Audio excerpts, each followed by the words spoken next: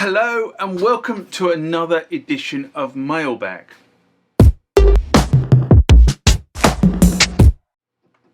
What is Mailbag? Well, Mailbag is a feature of the channel where you guys leave lots of comments on the channel and I attempt to answer those comments, or if I can't answer those comments, I throw it out to you guys who have more knowledge on some of this stuff than I do. So let's get into the first mailbag of this session. Remember, like, comment, subscribe to the channel. Go over to Instagram and follow me there. Go over to Facebook, follow me there. That's where the normal notices are. And consider becoming a Patreon.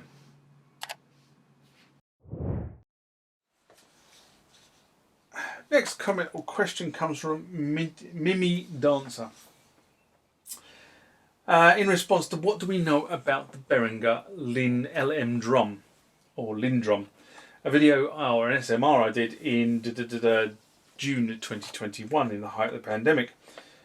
And Mimi Dancer writes, everyone knows Behringer makes their money off streaming views. They don't really make anything.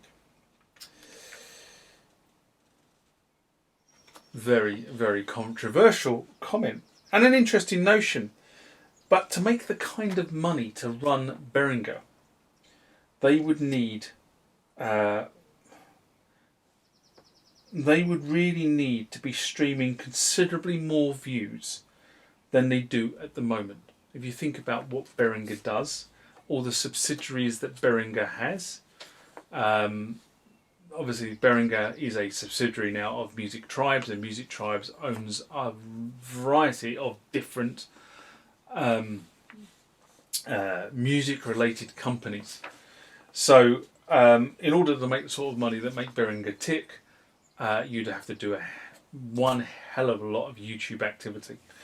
But you are right, when a manufacturer, Behringer, Yamaha, Roland, Korg, etc. makes announcements about a new product, everybody's watching videos, so this has to generate some revenue.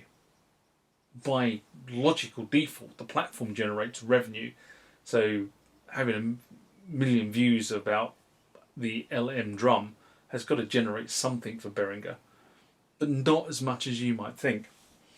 But I think the influencers that give the units to really are the ones that benefit from the YouTube revenue, not the manufacturers themselves, if I'm honest. Because in a lot of instances, the manufacturer will give the influencer the unit. The influencer will do various videos about the particular unit. I mean, I'm thinking of people like Ghetto Bus, for argument's sake, which is Roland use a lot, and what that particular composer does.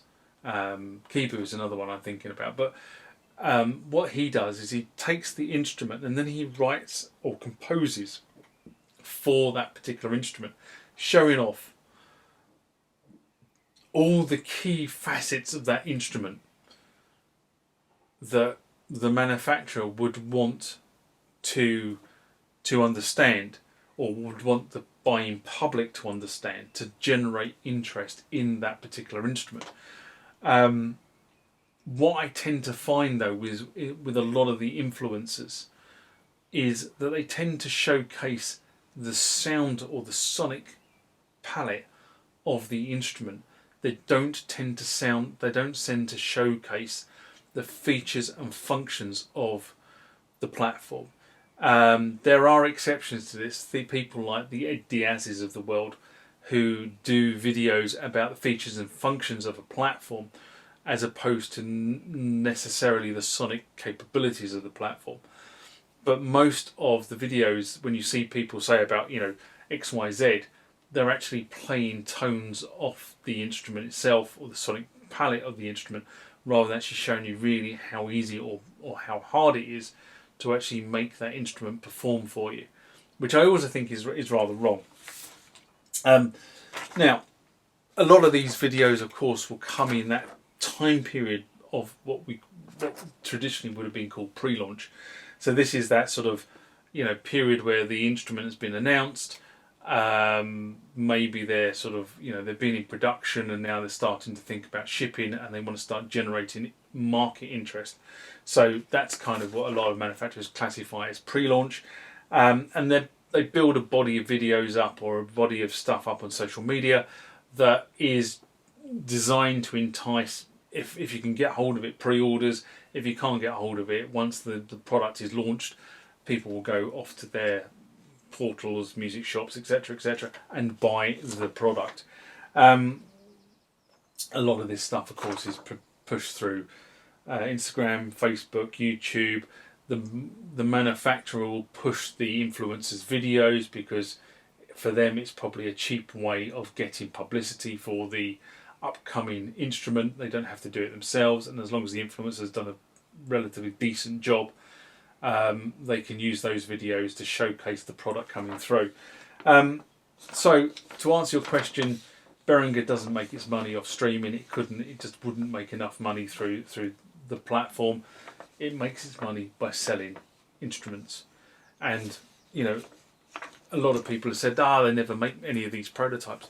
I'll be honest with you, these prototypes are starting to hit the market, and I think they're going to become thick and fast this is currently March 2023.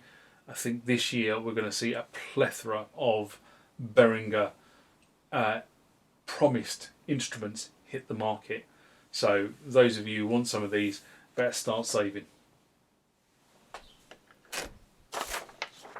Next comment or question comes from XP50 Player. And this is a response to a user's view of the Roland Phantom, a mailbag I did in September 2022. And XP50 Player writes, one thing that's frustrating about these major workstation keyboards is that if you know the lineage of the product lines, you know what they left out of the current iterations and how much better it could be.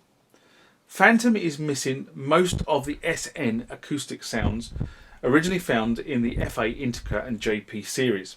Roland has, however, added a lot more features and sound content to the Phantom via software updates than anything else I've ever owned. And this is very true.